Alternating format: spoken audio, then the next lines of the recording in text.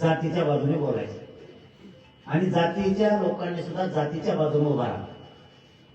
Hyderabad gazetteer नुसार 28 August gazetteer ची अंमलबजावणी GR सहित पाहिजे. याच्यात आता बदल करायचा नाही आणि 29 ऑगस्टला निर्णायक आंदोलन करायचं.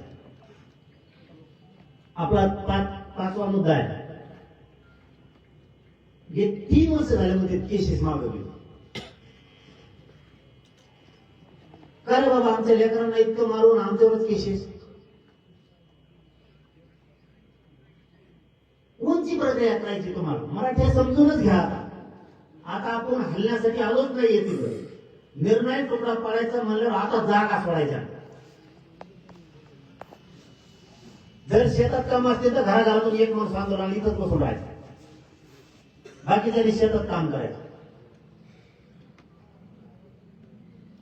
आपल्याला आपल्या समाजाला कायमचं आता मिळून द्यायचं. 29 ऑगस्टला मराठ्यांची एक बी मागणी मागत व्हायची नाही म्हणून म्हणतोय शांत चित्तानं ऐकून घ्या. करायचंय काय काय.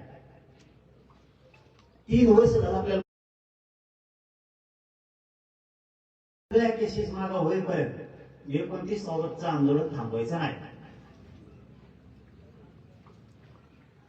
6वा मुद्दा. यांनी आता बाजावर उपोषणाला बसलो होतो त्या दिवसा विषयी.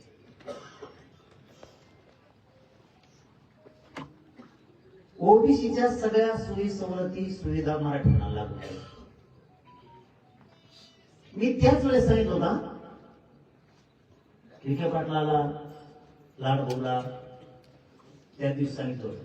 मी आणखीनही तुम्हाला तोंड टाकून बोललेलं नाही. सरकार शहाणे होत. एकदा जर मराठा खवळला ना, माय आता बापाला नाही पण तुमच्या बापाला ऐकणार नाही मराठा पुन्हा. यांनी आता एक GR काढला बघा.